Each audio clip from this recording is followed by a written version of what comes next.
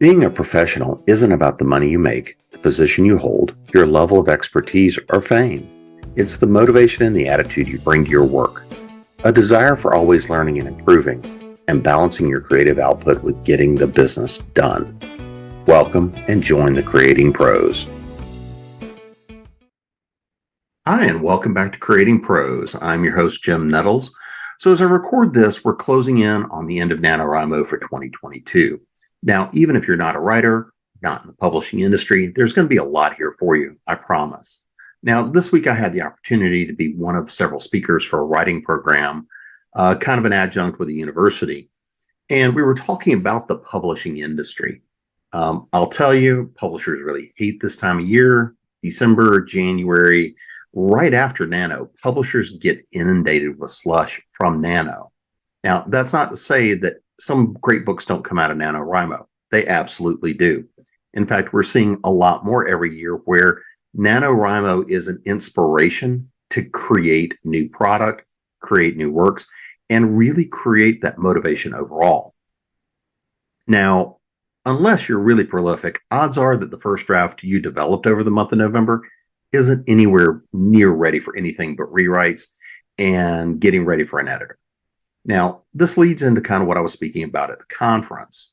Now, independent publishing, just like NaNoWriMo, floods publishers with first drafts. A lot of people also take those first drafts, slap a cover on them, and go to self-publish.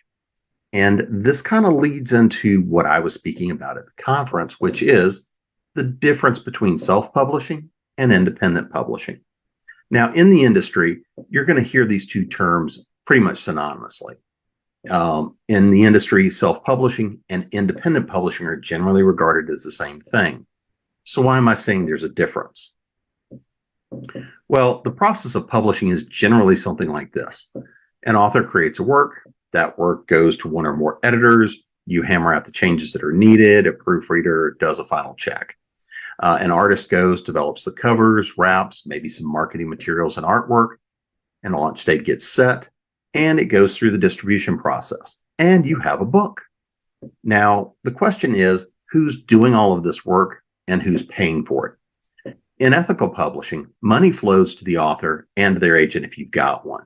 Now, if somebody comes in and says, "Hi, I want to be your agent," or "Hi, I want to be your publisher, write me a check," the answer is run, do not walk, because money flows to the author. Now, in traditional publishing, the publisher absorbs the cost of developing and production and may even pay you in advance on royalties in the hopes of the book at least making a little bit of money or breaking even. Now, as a side note, most books will never earn out on that advance or pay for themselves. It's the really successful books that pay for all of the others. Now, if you're going to go the indie route, then you're both the author and the publisher. You have to know when to wear the author hat, the creator hat, and then to take that off and put on the publisher one. As the publisher, you're assessing the quality of your work. You're paying for the editing, you're paying for covers, and you're doing all of that work to bring it to market. Now, you might be working with somebody else and that is a part of that process, but fundamentally, you're acting in both of these roles. Now, a lot of the time when we look at traditional publishing, the agents, the editors, the acquisitions people are seen as gatekeepers. Within indie publishing, that doesn't really exist. You are your own gatekeeper. And in this, it is both a wonderful thing in that work that probably wouldn't necessarily be bought otherwise because either A, they don't know how to market it, they don't know how to sell it, or it really just isn't a fit for a traditional publisher. This gives an avenue for that to get out there. At the same time, it's a terrible thing because there isn't any kind of a check to make sure that it's quality work or anything else along those lines. You ultimately are the person that makes that determination. Is the work ready to go out the door? Is it really quality work? So here's where I define the difference. The difference to me between indie publishing and self-publishing. The self-publisher doesn't understand necessarily what it means to wear the hats of being both the author and creator as well as the publisher, or you're maybe not necessarily just looking to put it on. You're a lot of the time you're in a rush to get the work out the door. You kind of get impatient. We all do it as creators where we think that we've got the brand new baby We want to get it on shelves. We want to get it out on Amazon. We want to be able to sell it at conventions.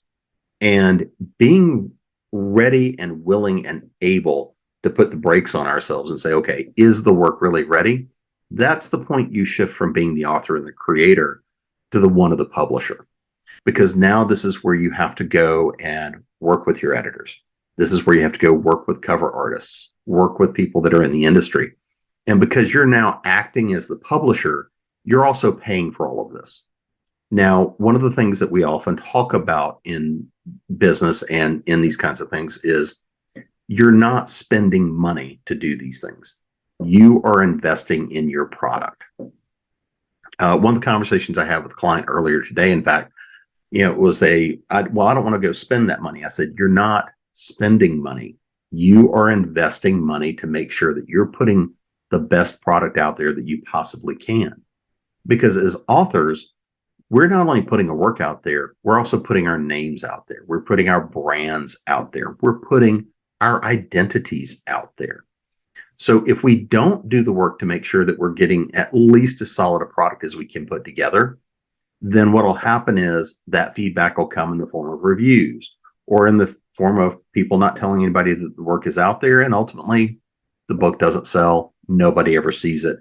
And we haven't accomplished anything. The indie publisher is going to be the person that is ready, willing, and able to wear both hats. You're willing to go and take on that burden of being ready and being willing to take a dispassionate view to say, yeah, I really have done good work, or maybe there's still work to be done. And the difference here really is nothing more than mindset. It's, again, your approach to the work, to your product. And I see this all the time, not just in publishing. We talked about this a little bit in episode 2 of Do You Have a Hobby or a Business? We talked about this some as well in the Kickstarter episode about making sure you've got solid product and solid work to be able to deliver to your customers, deliver to your readers, deliver to your fans. So how does this apply to other businesses? Well, I refer to it as knowing your craft, but not knowing business. I work with a lot of different people in a lot of different businesses and industries. And one of the things that can happen is I may be a really solid, really good attorney, but I forget to bill my clients. And you may kind of laugh about that, but I've dealt with that exact scenario where they're doing all of the good work that they do as a part of their profession, but they're not doing the parts that keep the business running. So we can allow the want or even the need to make money in the short term to enable us to make those kinds of bad decisions for either the short term or the long term. That drive, that desire that says, I've got to meet a certain date and a certain deadline, even if the product's not ready yet, can make us shove something out the door that just isn't ready yet. And this is one of the big risks in the indie industry. So this is where developing that professional mindset and approach often means the difference in being success and having success and being successful. Now, we're all going to make mistakes. If you're not making mistakes, then you're not taking enough risks. But it's making sure that the risks you take are ones that make sense and ones where you're willing to accept the risk and potential cost that goes with it. So the other part of this is understanding, accepting, and knowing when a mistake happens, that you're ready to learn from it, understand what happened and why, so that you can go make new mistakes in the future and not repeat these that you've already done. Now, one of the things that I also talked about in this session was there's really 7 things that everybody needs to know and understand, whether you're going into a writing business or not. Any business in any kind of a professional environment you're in, if you're going to be running the business and you're going to be the entrepreneur, there's a couple of things here that you need to keep in mind. So the first one is you can't do it alone, and you shouldn't. Now, if you're being a writer or an artist, it's not just you huddled over a keyboard or working with the tools of your art. It's every business has a support structure, and there's a circle of people that are around you. By surrounding yourself with the right people and the right places and the right times, this means that all of you are supporting each other. You can help each other through the challenges and the trials and tribulations. You also get to be the ones that help each other celebrate those successes. But no matter what business you're in, there is always going to be a need for other people. You're going to create a network of people that are friends, business partners, and people that you can collaborate, work with. I am very much a firm believer that everyone has not only something to teach, but something to learn as well. And this is part of that idea of you can't do it alone. Now, the second thing is the writing, the act of creating, the act of bringing a product to market means that you do own and have a business. And again, I'm going to look back at episode 2, where we talked about, do you have a business or a hobby? Again, if you are trying to push this forward and do this kind of level of professional work, even if it's not really how you intend to make a living, again, you do own a business as something that you have to treat as such. Now, the third thing, and this is one that is often a challenge, no matter what kind of a business you're in, it's a marathon, not a sprint.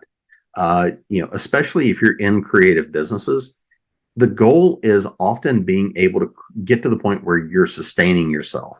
You're able to make the living and get the lifestyle you want, but it's not a get-rich-quick scheme. This is not something where you're going to write a book and odds are, no, you're not going to be the next New York Times bestseller tomorrow. And even if you are, most people that I know that are successful authors still are working for somebody else or have other sources of income.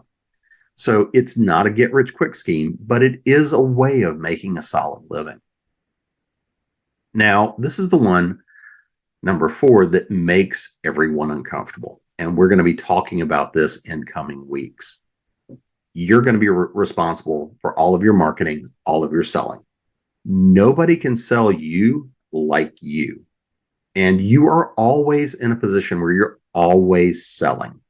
That selling could be to a potential reader. That selling could be to a potential agent or a potential editor or somebody that's acquiring for a publisher. You are always selling you and what you do. And ethical sales, again, is leading people to the buying decision.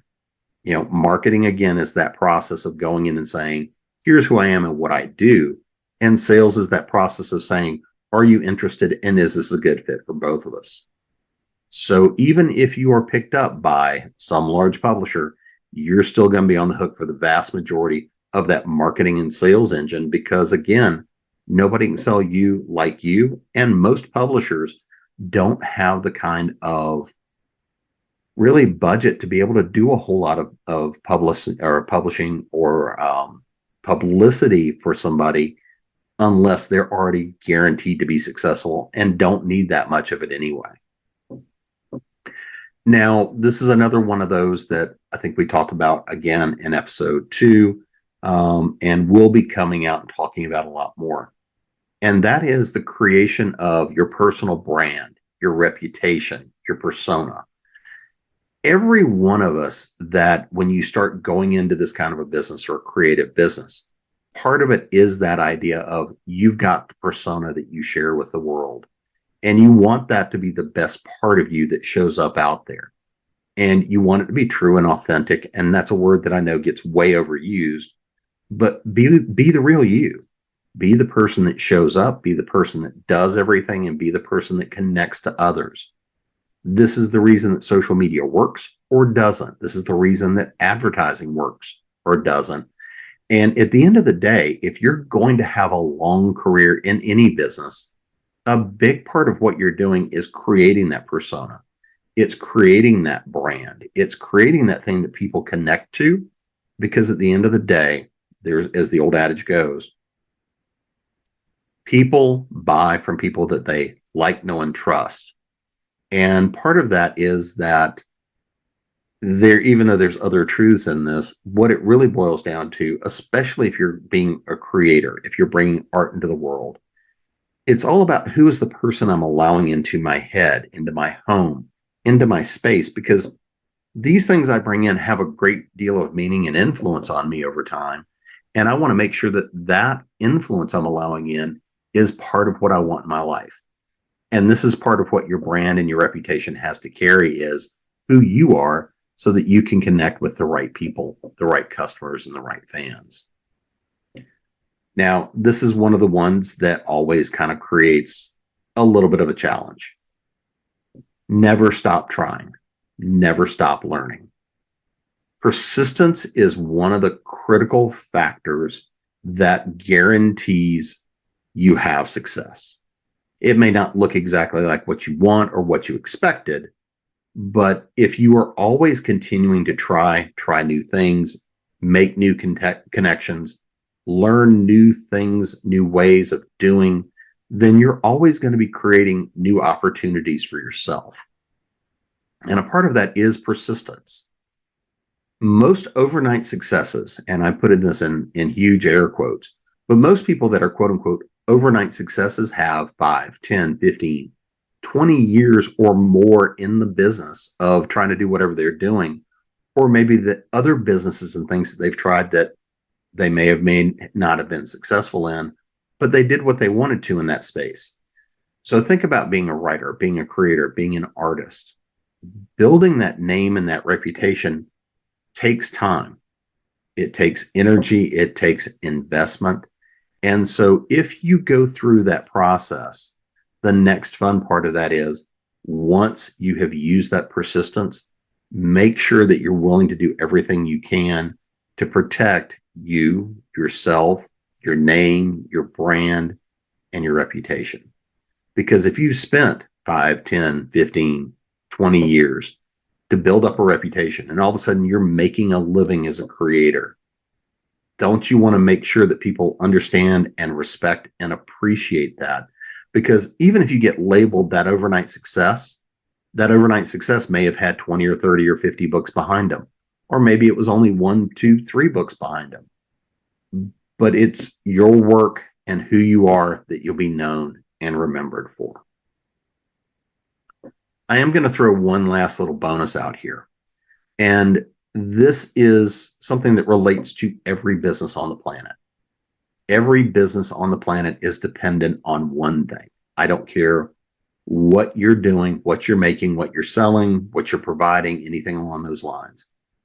Every business in the world is fundamentally at the end of the core a writing business. It's about communication.